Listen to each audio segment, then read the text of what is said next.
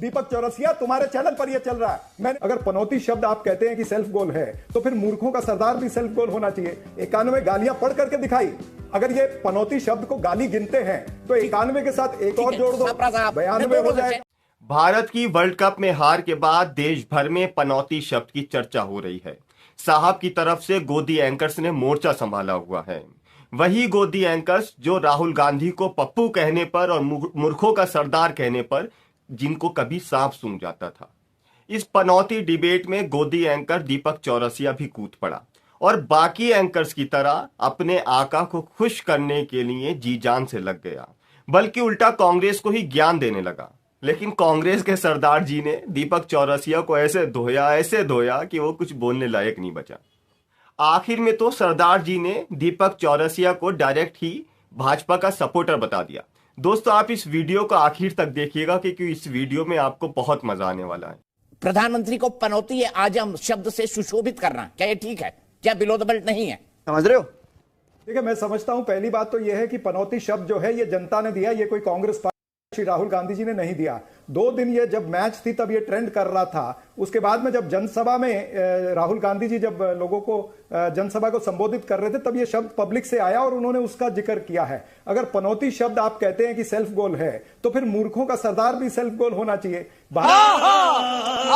Bharatiya Janata party दरअसल ये जानती है कि ये 5 राज्यों के चुनाव में उनकी बुरी तरह से हार होने वाली है, तो सहानुभूति का कार्ड खेलना चाहते हैं, सहानुभूति की पॉलिटिक्स वो करना चाहते हैं, लेकिन इसमें ये सफल नहीं होंगे। ये भारतीय जनता पार्टी की फितरत रही है। सहानुभूति, पीआर, टीआरपी, हेडलाइन मैनेजमेंट ये करते रहे हैं। देखा आपने लापरवाही का नतीजा है। अब मैं आपको आज का उदाहरण देता हूं।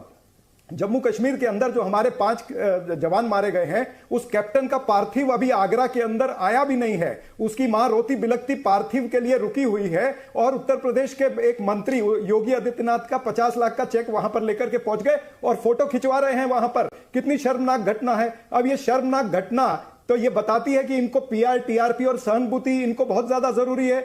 देश के प्रधानमंत्री ने, अमित शाह ने, जेपी नड्डा ने और यहां पर पैनल पर जो बैठे हुए इनके जो स्पोक्स पर्सन है, इन सब ने उस मां से, उस शहीद की मां से माफी मांगनी चाहिए, उस परिवार से माफी मांगनी चाहिए। प्रसाद, मेरा बड़ा सीधा सवाल है, ये पॉलिटिकल नैरेटिव किस जगह पर आ गया है? आपने कभी ये सोचा ये गलत करते हैं? इनसे भी पूछूंगा। मैंने पूछा कि क्यों कहा मूर्खों का सरदार, क्यों कहा ट्यूबलाइट, लेकिन आप बताइए पॉलिटिकल नैरेटिव इस स्तर तक जाएगा? जो सर्वोत्तम स्थान पर नेता होता है, जो देश के प्रधानमंत्री हैं, उनका सबसे बड़ा दायित्व होता है कि वो राजनीति के स्तर को कितना नीचे तक ले जाते हैं। क्या प्रधानमंत्री ने तब कोई ऑब्जेक्शन लिया था जब भारतीय जनता पार्टी की आला नेत्री जो है एक, उन्होंने रामजादे बात की थी?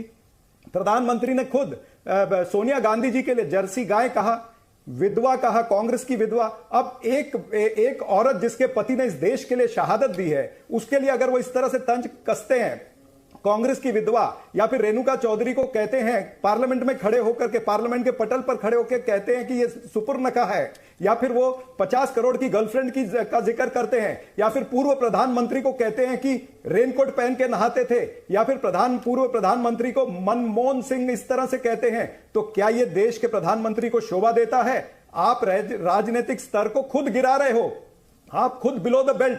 क्या उस व्यक्ति के खिलाफ आपने एक्शन लिया जिसने कहा था देश के गद्दारों को गोली मारो, डैश डैश को?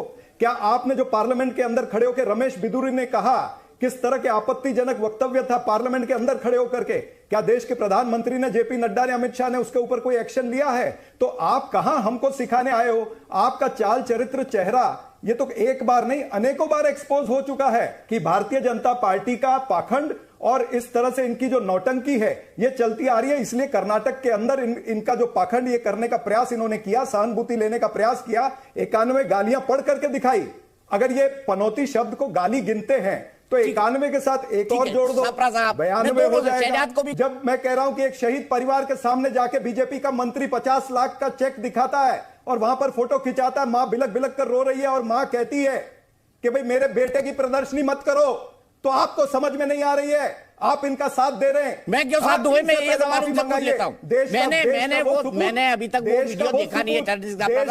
आपके नहीं, ये गलत, मैं आपको करेक्ट करता हूं। दीपक चौरसिया, तुम्हारे चैनल पर ये चल रहा है, मैंने आपके चैनल पे देखा है, क्या झूठ बोल रहे हो? अरे मेरे चैनल पे क्या चला? मैं मैं 24 घंटे अपना ही चैनल थोड़ी देख रहा हूँ, चरण सिंह साहब। और प्लीज मुझ पे झूठ बोलने वाला जैसा इल्जाम मत लगाइए। मैंने वो वीडियो अभी तक देखा नहीं है। आपके कहने के हिसाब से मैं शहजादपुर वाला से पूछ लेता हूँ।